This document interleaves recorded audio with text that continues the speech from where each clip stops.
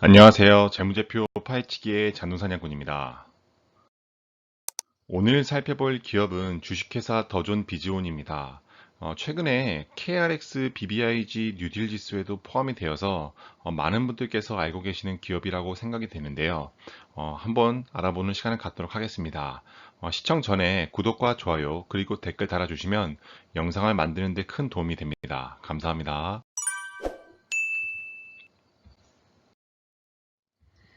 파트는 크게 세 가지로 나뉘어져 있고, 파트 1, 회사 개요부터 시작해 볼게요. 파트 1, 회사 개요입니다.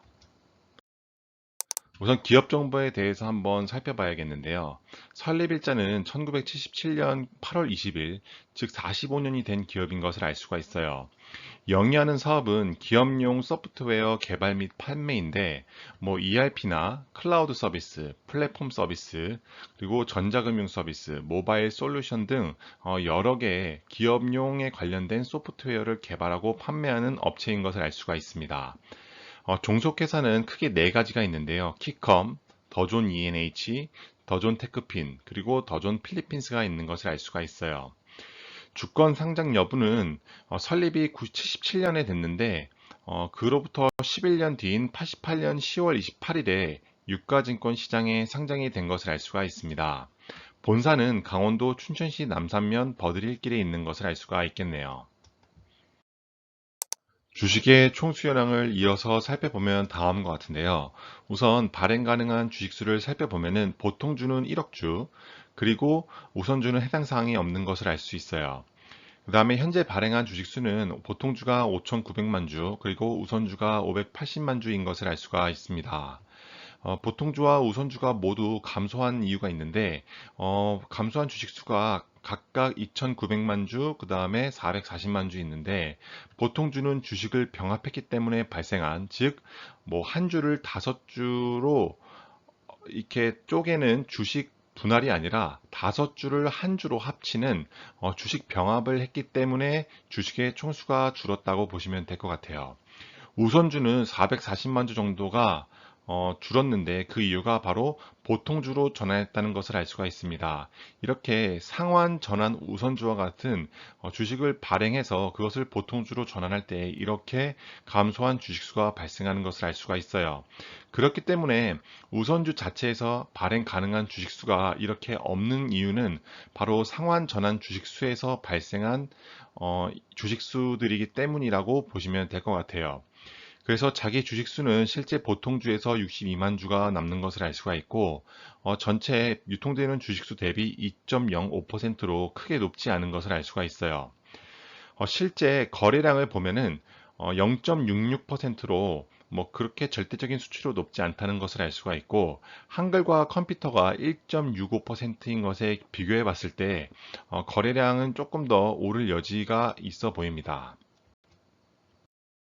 그러면 실제 더존 비즈온의 사업 부문별로 무엇이 있는지를 알아봐야 되고, 그 사업 부문별마다 매출의 비중이 어느 정도 되는지를 살펴봐야 되는데요.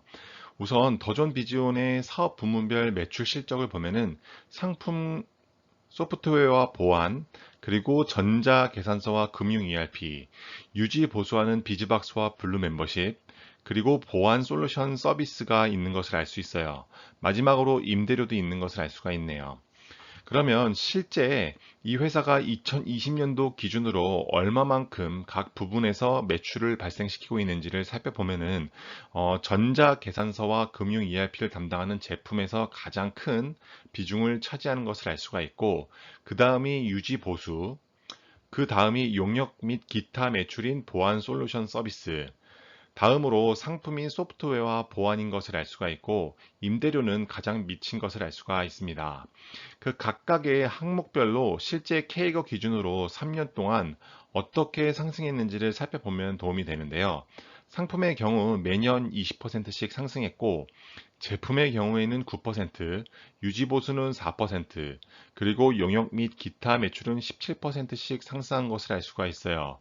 임대료는 굉장히 큰 폭인 234%씩 상승한 것을 알 수가 있습니다. 그러면 우리는 이 소프트웨어와 관련된 사업을 주로 하는 더존 비즈온의 시장 여건에 대해서 한번 살펴보는 시간을 갖도록 할게요. 처음으로 산업의 특성 및 성장성을 살펴보죠. 국내 상용 소프트웨어 시장은 2022년 약 5조 2천억 원가량의 규모를 형성할 것으로 예상이 되고, K건은 4.0%로 예상이 되는 것을 알 수가 있어요. 매년 상승률이 4%라는 것은 사실 그렇게 높은 수치는 아니라는 것은 알 수가 있습니다. 국내 클라우드 소프트웨어 시장은 2022년도까지 K거 기준으로 약 15% 성장하여서 약 8,700억 원 규모가 될 것으로 예상하고 있다고 합니다. 다시 말해서 국내 상용 소프트웨어 시장에서 가장 큰 상승률을 보일 것은 바로 클라우드 시장인 것을 알 수가 있습니다. 다음으로 소프트웨어 제조 및 금융, 서비스 등 모든 산업에서 도입 및 활용이 가능하고요. 그 다음에 정부는 소프트웨어 산업의 부가가치율과 취업 유발 및 고용 유발 효과에 주목을 하고 있고, 경제 성장의 새로운 동력으로서 소프트웨어 산업을 육성하기 위한 정책적인 지원을 지속하고 있는 것을 알 수가 있습니다. 경기 변동성을 이어서 살펴보면은 실제 경기 변동에 대한 대안으로 자리 잡고 있기 때문에 훨씬 덜 민감한 사업으로 자리 잡아가고 있는 것을 알 수가 있고요. 새로운 세기의 새로운 패러다임으로 자리매김을 하고 있기 때문에 경기 변동과 관계없이 급격한 신장세를 나타낼 것으로 예상이 되고 있습니다. 세 번째로 경쟁 요소를 살펴보면은 소프트웨어 산업이라는 것 자체가 지식 집약적, 즉 인적 자원이 굉장히 중요하다는 것을 알 수가 있고, 두뇌 의존적인 특성을 지닌 소프트웨어 산업에서의 경쟁은 인적 자원의 질과 양이 매우 중요한 경쟁 요소로 작용한다는 것을 알 수 있을 것 같아요. 그렇기 때문에 만약 어떠한 집단이 자신들이 갖고 있는 인적 자원의 질과 양이 굉장히 좋다고 한다면 그 기술력이 굉장히 빠르게 캐치업할 수 있고 언제든지 이 산업 시장에 진입할 수 있다라는 이 경쟁 진입 요소가 굉장히 낮은, 진입 장벽이 굉장히 낮은 것을 알 수가 있습니다. 시장 점유율을 살펴보면은 410만 중소기업 중 약 11만 개 업체와 전국 1만 2천여 개의 세무회계 사무소에 공급을 하고 있는 것을 알 수가 있고, 스탠다드와 익스텐디드 ERP 제품은 4.9만 개의 중소기업 중 약 2만 개의 업체에 공급되고 있는 것을 알 수가 있어요. 이 시장 점유율에서 소개되는 내용을 보면은 이 더존 비전이 하는 사업의 대부분이 중소기업 업체에 많이 포커스가 되어 있는 것을 알 수가 있습니다. 실제 판매 경로를 살펴보면은 더존 비즈온의 경우에는 대리점에서 출고가로 받아낸 제품을 소비자에게 보내는 형태로 운영이 되고 있는 것을 참고로 말씀드립니다. 우리가 더존 비즈온의 비용의 성격별 분류를 살펴보기 전에 어떠한 회사의 고정비와 변동비의 비중에 따라서 영업 레버리지가 발생하는지 안 발생하는지가 중요한데요.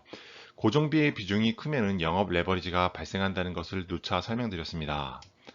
그러면 실제 더존 비존의 비용의 성격별 분류를 살펴보시죠. 종업원의 급여와 복리 후생비라는 것은 고정비의 성격이 강하다고 볼 수가 있습니다.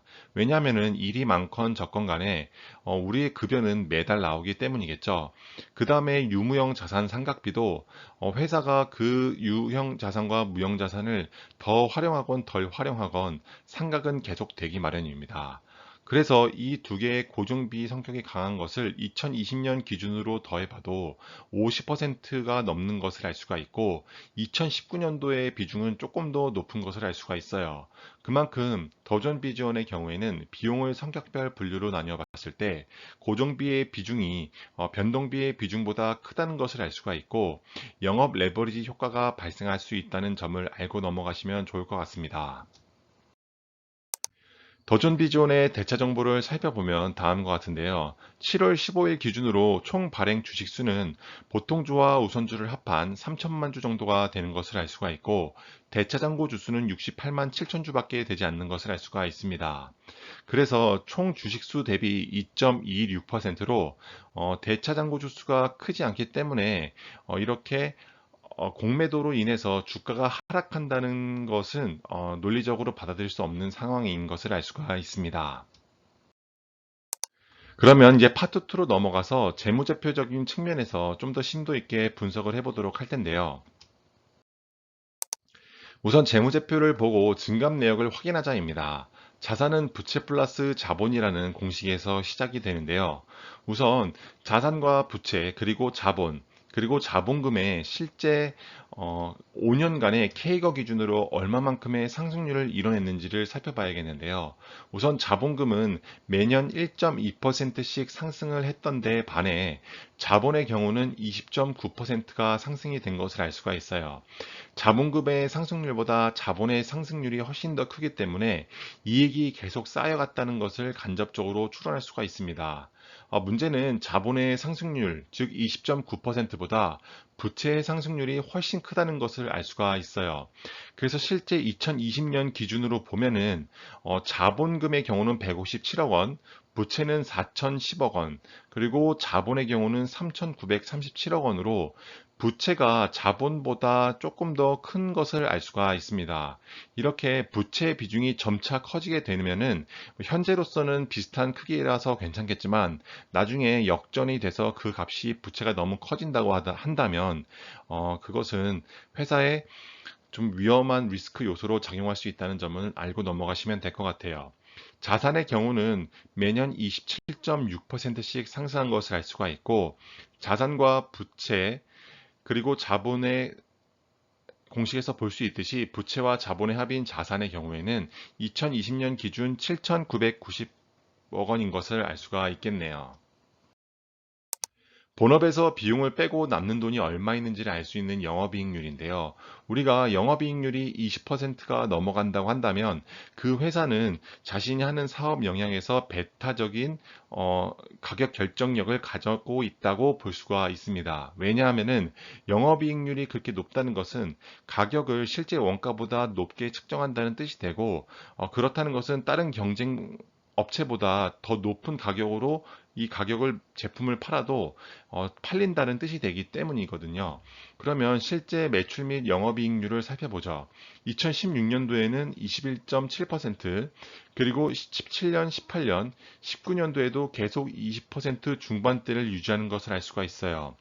2020년도에도 전년도보다는 조금 떨어진 25%이지만 TTM 기준 최근 4분기 기준으로 계산해 보면은 0.1% 상승한 25.1%로 영업이익률 자체는 굉장히 양호한 상태를 보이고 있는 것을 알 수가 있습니다. 실제 K거 기준으로 봐도 영업이익률은 매년 12.5%씩 상승하는 데 반해 매출액은 9.9%로 영업이익률이 계속해서 높은 수준으로 유지할 수 있는 이유가 될 수 있겠습니다. 우리가 매출은 현금 매출과 외상 매출의 합인 것을 다들 알고 계실 텐데요. 현금 매출이 높아야 당연히 좋고 외상 매출이 높다고 하면은 실제 매출은 계속 늘어나지만 외상 매출이기 때문에 들어오는 돈이 없어서 흑자 도산 가능성이 존재한다는 점을 말씀드렸습니다. 그러면 실제 매출에서 외상 비중이 얼마만큼 되는지에 따라서 그 회사가 부도율이 얼마만큼 발생하는지를 알 수 있을 텐데요. 보신 것처럼 매출액 대비 매출 채권의 비중에 대해서 한번 살펴볼게요. 2016년부터 2020년도까지를 보면은 매출 채권의 비중이 17%, 16.7%, 16.7, 18.4%로 10% 후반대를 계속 유지했던 것을 알 수가 있어요. 근데 2020년도에 들어서 그 매출 채권의 비중이 굉장히 낮아져서 14.8%로 10% 중반대로 떨어진 것을 알 수가 있습니다. 그리고 최근 4분기 기준으로 봤을 때 2020년도 기준보다는 조금 늘어났지만 15.4%로 2016년부터 2019년도에 비해서는 매출채권의 비중이 조금 낮아졌다는 것은 긍정적인 요소라고 보시면 될 것 같아요. 하지만 절대적인 수치로 봤을 때는 15.4%도 그렇게 낮은 것은 아니라고 할 수가 있겠습니다. 매출액과 매출채권 및 기타 채권의 각각의 K거 기준으로 살펴보면은 매출액이 매년 10%씩 상승할 때 매출채권은 그보다 낮은 8%씩 상승했기 때문에 이 매출채권 비율이 계속해서 하락한 추세를 보이는 것을 알 수가 있겠습니다. 우리가 기초재고와 단기 매입의 합은 매출원가와 기말재고의 합과 같다는 것을 누차 설명드렸습니다. 그래서 매출은 줄어드는데 재고자산만 급증한다면 위험신호라고 볼 수가 있겠는데요. 실제 창고에 재고가 얼마나 있을까 하는 재고자산 증감 여부에 대해서 살펴보는데, 이 사실 더존 비즈온의 경우는 소프트웨어를 판매하는 회사이기 때문에 이 회사가 갖고 있는 재고자산의 경우는 굉장히 적은 비중을 차지하는 것을 알 수가 있어요. 보시는 것처럼 매출은 2천억 원, 3천억 원을 발생시키는데 가지고 있는 재고 자산은 17억 원, 15억 원, 17억 원, 17억 원, 15억 원으로 굉장히 낮은 수준으로 갖고 있는 것을 알 수가 있습니다. 다시 말해서 이렇게 더존 비즈온 같이 소프트웨어를 판매하는 회사 같은 경우에는 재고 자산의 회전율을 살펴보는 것이 크게 도움이 되지 않을 수 있습니다. 제품과 서비스를 만들려면 생산시설이 필요한데 우리는 그것을 매출액 대비 유무형 자산의 비중으로 판단하고자 합니다. 보시는 것처럼 2016년부터 2018년도까지는 그렇게 큰 변화가 없는데 2019년도에 와서 유형 자산의 비중이 37%에서 130%로 뛰어오른 것을 알 수가 있어요. 이 이유를 살펴보려면 실제 2019년도에 유형 자산의 실제 사용 내역과 어떤 것이 늘어난지를 살펴봐야 되는데요. 보시는 것처럼 부영의 을지로 빌딩 새 주인의 더존 비즈온이 매각가 4,500억 원으로 2년 만에 새 주인을 찾았다는 기사가 나온 것을 알 수가 있습니다. 2019년도에 더존 비즈온이 부영 건물을 사들였기 때문에 이렇게 유형 자산의 비중이 급격하게 늘어난 것을 알 수가 있고요. 무형자산의 비중을 보면은 2016년에는 17.5%였는데 그 비중이 점차 줄어든 것은 아무래도 매출의 비중이 높아져서 그런 것을 알 수가 있습니다. 우리가 무형자산을 살펴볼 때는 항상 개발비가 얼마만큼 잡히는지를 살펴봐야 되는데요. 보시는 것처럼 2020년도 기준으로 연구개발 비용의 내역을 보면은 44기가 2020년도고 2019년도 42기가 2018년도인 것을 알 수가 있어요. 매출액 대비 연구개발비의 비중을 보는 건데 이렇게 개발비, 즉 무형자산으로 잡히는 금액이 점차 커지는 것을 알 수가 있습니다. 물론 매출액이 증가하기 때문에 개발비도 함께 증가하는 것은 괜찮겠지만 비율로 봐도 이 비율이 계속해서 커지는 것을 알 수가 있고 회사가 계속해서 개발비와 관련된 것을 무형자산화시키고 몇 년에 걸쳐서 상각을 하기 때문에 당장 보이는 이익이 조금은 커 보이게 하는 효과가 발생할 수 있다는 점을 참고로 하면 좋을 것 같아요. 2016년부터 최근 4분기까지의 손익계산서 항목별 증감률을 살펴보려고 하는데요. 보시는 것처럼 매출액은 매년 10%씩 꾸준하게 큰 폭으로 성장하는 것을 알 수가 있어요. 하지만 매출 원가는 그보다 더 큰 폭인 13%씩 상승한 것을 알 수가 있고, 이 수익에서 매출 원가를 뺀 매출 총이익은 매년 8%씩 상승한 것을 알 수가 있습니다. 그리고 판관비는 매출 총이익이 매년 8%씩 상승할 때 판관비는 5%씩 상승했기 때문에 영업이익은 매출 총이익에서 판관비를 뺀 값이기 때문에 더 큰 폭인 13%씩 영업이익이 상승한 것을 알 수가 있어요. 당기순이익의 경우에는 영업이익에서 영업 외 손익을 더하고 뺀 값인데 그 당기순이익 또한 매년 13%씩 증가한 것을 알 수가 있습니다. 회사가 창출한 현금을 주주에게 나눠주는 배당 성향 및 배당 현황인데요. 5년치 배당 자료를 보면 다음과 같습니다. 2016년부터 2020년도까지 주당 매년 주당 290원, 400원, 450원, 그 다음에 470원, 2020년도에는 450원을 배당한 것을 알 수가 있고요. 배당 성향 자체를 보면은 계속해서 30%대를 유지하는 것을 알 수가 있습니다. 실제 그래서 주당 수익률이 얼마만큼 되는지를 살펴보면은 2016년도에는 1.4%였고 2020년도에는 아무래도 주가가 많이 올랐기 때문에 주당 배당률이 0.4%에 불과한 것을 알 수가 있어요. 실제 국고채 3년 기준으로 보면은 국고채가 1.44%이기 때문에 2020년도 기준으로 봤을 때 배당주로서 이것을 배당을 받기 위한 주식으로 갖고 계신 분들에게는 어울리지 않는 주식인 것은 확실한 것 같고요. 다만 그래도 배당을 꾸준히 준다는 점은 긍정적인 요소라고 보시면 될 것 같습니다. 실제 회사 통장에 얼마의 돈이 들어왔는지를 알 수 있는 영업활동 현금 흐름인데요. 우리가 살펴보면은 2016년부터 2020년도까지 파란색 막대 그래프인 영업활동 현금 흐름도 꾸준히 상승을 한 것을 알 수가 있고, 단기 순이익의 그래프 또한 지속적으로 상승을 한 것을 알 수가 있어요.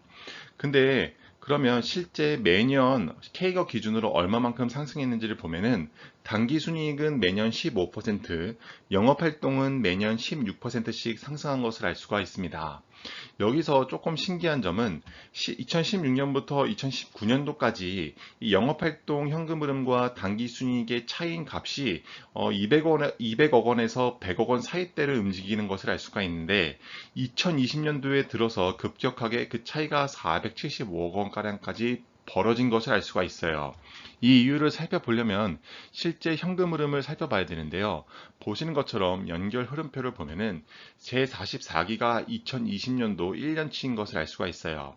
2020년도, 2019년도, 그리고 2018년도에 대한 연결 현금 흐름표인데 보시는 것처럼 2020년도를 살펴보면은 영업활동 현금 흐름과 당기순이익의 차가 그 전년도와 전전년도보다 큰 것을 알 수가 있는데 그 이유를 살펴보면은 바로 감가상각비와 무형자산 상각비 그리고 퇴직급여도 조금 늘어난 것을 알 수가 있고 이 감가상각비가 굉장히 큰 폭으로 증가한 것을 알 수가 있어요. 그럼 이거 왜 이렇게 증가했냐라고 보면은 2019년도와 2020년도에 부영 건물을 샀다고 말씀드렸죠. 그 건물과 같이 유형자산에 엄청나게 큰 건물을 샀기 때문에 발생하는 감가상각비 또한 크게 증가한 것을 알 수가 있고 무형자산 상각비 또한 계속해서 무형자산을 상각시키기 때문에 이 비용 또한 계속해서 증가한 것을 알 수가 있습니다. 그래서 2020년도에는 그 전년도들보다는 조금 더 높은 이렇게 영업활동 현금 흐름과 당기순이익의 차이가 커진 것을 알 수가 있어요. 영업활동 현금 흐름은 추세성과 관련이 깊은데 지속적인 영업활동 현금 흐름의 증가는 주가가 장기적으로 우상할 가능성이 높다는 뜻을 뜻하고요. 잉여 현금 흐름이라는 것은 영업활동 현금 흐름에서 미래에 대한 투자, 즉 캐펙스를 함께 고려한 수치이기 때문에 캐펙스 비중이 높아짐에도 불구하고 이 잉여 현금 흐름인 FCF가 폭발적으로 상승한다면 주가도 급상승을 이루는 경우가 많다고 설명드렸습니다. 그러면 실제 투자활동 현금 흐름을 살펴보면은 어떻게 되는지 한번 살펴보시죠. 보시는 것처럼 2019년도에 가장 특이할 만한 점은 캐펙스가 5,039억 원으로 전년도와 전전년도 그리고 전전전년도에 비교해 봤을 때 2, 300억 원대를 유지하던 캐펙스가 갑자기 5천억 원대를 집행한 것을 알 수가 있고 그랬기 때문에 이 프리 캐시플로우인 잉여현금 흐름이 굉장히 큰 폭인 마이너스 4,424억 원이 된 것을 알 수가 있어요. 이렇게 많은 캐펙스를 투자하고 난 다음에 그 다음 연도에 이 영업활동 현금 흐름이 큰 폭으로 증가한다고 한다면 이 캐펙스에 대한 투자 효과로 인해서 FCF가 급격하게 상승을 이루기 때문에 주가 또한 이 꺾인 그래프와 같이 급격하게 상승한다는 것을 설명드렸어요. 2020년도에 다행히도 영업활동 현금 흐름이 615억 원에서 1,054억 원으로 늘었고 캐펙스 같은 경우는 다시 평소 수준으로 411억 원으로 떨어졌기 때문에 이 잉여현금 흐름이 643억 원이 돼서 2018년도보다도 높고요. 2019년도보다는 훨씬 높기 때문에 이때 당시에 주가가 큰 폭으로 상승한 것을 알 수가 있습니다. 실제 K거 기준으로 살펴봐도 영업활동 현금 흐름은 매년 16% 그리고 잉여현금 흐름은 8%씩 증가했는데 반해 캐펙스는 52%씩 상승한 것을 알 수가 있어요. 아무래도 2019년도에 엄청나게 큰 5천억 원의 캐펙스를 지출했기 때문에 이 캐펙스가 52%라는 연간 상승률이 엄청 크게 나온 것을 알 수가 있습니다. 재무상태표의 자본, 부채 변동이 생길 때 살펴봐야 되는 재무활동 현금 흐름입니다. 이번에는 제가 영업활동 현금 흐름과 투자활동 현금 흐름을 다 가지고 와봤는데요. 앞에서 살펴봤지만 그래도 이 기본 흐름에 대해서 한번 설명을 드리고자 가지고 와봤습니다. 영업활동 현금 흐름에서 투자활동 현금 흐름을 더하고 그 다음에 재무활동 현금 흐름을 더하고 뺀 값이 바로 기말 현금 및 현금성 자산인 것을 알 수가 있어요. 2016년도를 기준으로 보면은 영업활동으로 496억 원을 벌어들였고 투자활동으로 241억 원을 썼으며 재무활동으로 101억 원을 끌어다 썼고 그래서 결과적으로 남는 돈이 뭐 전년도보다 추가해서 380억 원이 기말 현금 및 현금성 자산이 축적이 되었다. 이렇게 평가를 할 수가 있는데요. 우리가 영업활동 현금 흐름이라고 하는 것은 실제 이 회사가 영업활동을 통해서 실제 벌어들인 돈을 뜻해요. 근데 만약에 투자활동현금이라고 하는 것은 영업활동을 통해서 벌어들인 돈의 일부를 다시 재투자해서 그 다음 연도와 그 다다음 연도를 위해서 미래를 위한 투자라고 볼 수가 있겠죠. 근데 만약에 2016년도, 2017년도, 2018년도를 보면은 영업활동 현금 흐름이 투자활동 현금 흐름보다 큰 것을 알 수가 있어요. 그러니까 실제 벌어들인 돈으로 그 중에 일부를 투자활동에 썼다라고 할 수가 있는 거죠. 근데 2016년을 한번 살펴보시죠. 615억 원을 벌었는데 4,643억 원의 투자활동 현금 흐름을 쓴 것을 알 수가 있어요. 다시 말해서 실제 자기가 그 연도에 벌어들인 돈보다 더 많은 금액을 투자활동에 썼다는 것을 알 수가 있어요. 그러면은 영업활동 현금으로 벌어들인 돈을 다 쓰고도 돈이 모자라니까 어떻게 해야 되죠? 재무활동 현금 흐름에서 돈을 빌려야 되는 것을 알 수가 있습니다. 그래서 2016, 2017, 2018 그리고 2020년도와는 다르게 재무활동 현금 흐름이 혼자 플러스 3,923억 원인 것을 알 수가 있습니다. 그리고 기말 현금 및 현금성 자산을 보면은 2016년에서 2017년, 2018, 19, 20년으로 갈 때 보면은 2018에서 19년도로 갈 때만 유일하게 그 값이 기말 현금 및 현금성 자산도 조금 줄어든 것을 알 수가 있고 다시 2019년도에서 2020년도로 갈 때 영업활동 현금 흐름이 투자활동 현금 흐름보다 크게 됐고 재무활동 현금 흐름도 다시 마이너스로 전환이 됐기 때문에 기말 현금 및 현금성 자산도 다시 증가한 것을 알 수가 있습니다. 마지막 파트 3, 기업의 적정 가치입니다. 우리가 찾고 투자하려는 회사는 A사분면과 B사분면에 속한 회사라는 것을 누차 말씀드렸어요. 회사 유보금이 많고 돈도 잘 버는 A와 같은 회사. 회사 유보금은 적지만 돈을 잘 버는 회사여야 됩니다. 그래서 자산과 부채 자본을 영업 성격과 비영업 성격으로 나누려고 하는데 그 기준은 아래와 같고 실제 더존 비즈온의 2020년도와 19년도에 자산과 부채 그리고 순자산을 영업 성격과 비영업 성격으로 나누면 다음과 같은데요. 우선 영업 성격의 순자산으로 얼마만큼의 당기 순이익을 벌었는지를 살펴보는 것이 중요한데요. 2019년도를 먼저 살펴보시죠. 영업 성격으로 순자산이 3,415억 원이고 이 돈으로 그 연도, 즉 19년도에 510억 원을 벌어들인 것을 알 수가 있습니다. 그래서 실제 ROE는 14.93%인 것을 알 수가 있고 나쁘지도 엄청 좋지도 않은 그 적정한 수준을 유지하는 것을 알 수가 있어요. 근데 2020년도에 와보면은 영업 성격이 3,268억 원으로 소폭 하락한 것을 알 수가 있고 당기 순이익은 그보다는 증가한 579억 원인 것을 알 수가 있습니다. 그래서 실제 ROE는 17.71%인 것을 알 수가 있어요. 이 회사의 2019년도 비영업 성격은 215억 원으로 회사가 그냥 공중분해해서 다 팔고 하면은 남는 돈이 실제 215억 원에 불과하다는 것입니다. 근데 2020년도에는 2019년도보다 영업 활동을 잘해서 그런지 비영업 성격의 돈이 712억 원으로 약 500원가량이 증가한 것을 알 수가 있어요. 그래서 더존 비주온이 실제 어떤 사분면에 속하는지에 대해서 살펴보면은 비사분면 아래쪽이라고 볼 수가 있겠습니다. 실제 순자산, 갖고 있는 비영업 성격의 순자산이 그렇게 많은 것도 아니고 단기 순이익으로 벌어들이는 ROE가 굉장히 높은 수준으로 유지하는 것도 아니기 때문입니다. 기업의 주가 차트를 보면은 최근 5년 동안 엄청난 상승을 이뤄낸 것을 알 수가 있어요. 2016년도 7월에 보면은 19,150원에 불과했던 주식이 지금 현재 88,500원대에서 거래가 되고 있고 최고로는 13만 6천원까지 올라간 것을 알 수가 있습니다. 최근 5년 동안의 코스닥과 코스피 지수를 비교해 봐도 코스닥은 8%, 코스피는 10%씩 상승했던 데 반해 더존 비주온을 5년 동안 갖고 있었다면 27.8%로 굉장히 큰 성장을 보였을 것이라고 알 수가 있습니다.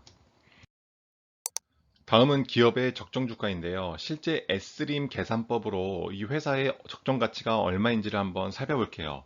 ROE는 아래에 나온 것 같이 2016년부터 2020까지 다음과 같이 ROE가 구성된 것을 알 수가 있어요. 만약에 2019년도, 즉 18.78%의 ROE를 갖고 있다면 이 회사의 적정 주가는 3272원에 불과한 것을 알 수가 있고 5년 평균치인 20%를 넣는다고 하면은 32,000원대에, 그리고 2021년도에 예상되는 15%를 넣으면은 24,000원대에 형성이 되는 것을 알 수가 있어요. 현재 주가가 88,500원인 것을 비교해 봤을 때 이 적정 주가에 비해서 굉장히 높게 프리미엄을 받고 있는 것을 알 수가 있습니다.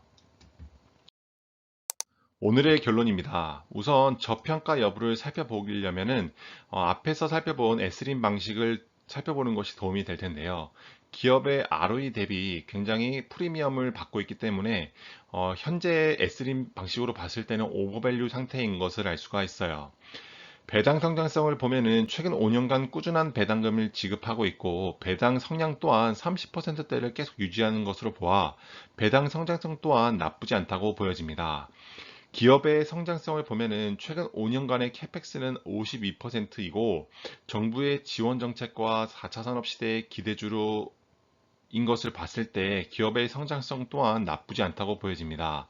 다만 수익성을 봤을 때 영업 성격으로 ROE가 19년도에는 14.93%, 20년도에는 17.71%로 아주 높은 ROE를 갖고 있는 것은 아닌 것으로 보여지고, 다만 2020년도 잉여현금 흐름은 큰 폭으로 반등해서 주가가 큰 폭으로 상승한 것을 알 수가 있어요. 재무 건전성을 보면은 현금성 자산은 629억 원으로 회사가 2조짜리인 그 규모에 비해서는 현금성 자산이 그렇게 크다고는 볼 수가 없고, 회사 청산 시에도 721억 원밖에 남지 않아서 회사 규모에 비해서도 이것 또한 크다고 볼 수가 없습니다. 종합의견은 회사의 비즈니스 모델은 성장 잠재력이 엿보인다고 볼 수가 있어요. 다만 글로벌 기업들의 경쟁 속에서도 이 클라우드를 포함한 소프트웨어 시장에서 계속해서 살아남을 수 있을지는 조금 의문이 드는 상황입니다. 지금까지 더존 비주온의 기업 분석 영상을 봐주셔서 감사드리며 다음 시간에는 더 좋은 기업 영상으로 찾아뵙도록 하겠습니다. 감사합니다.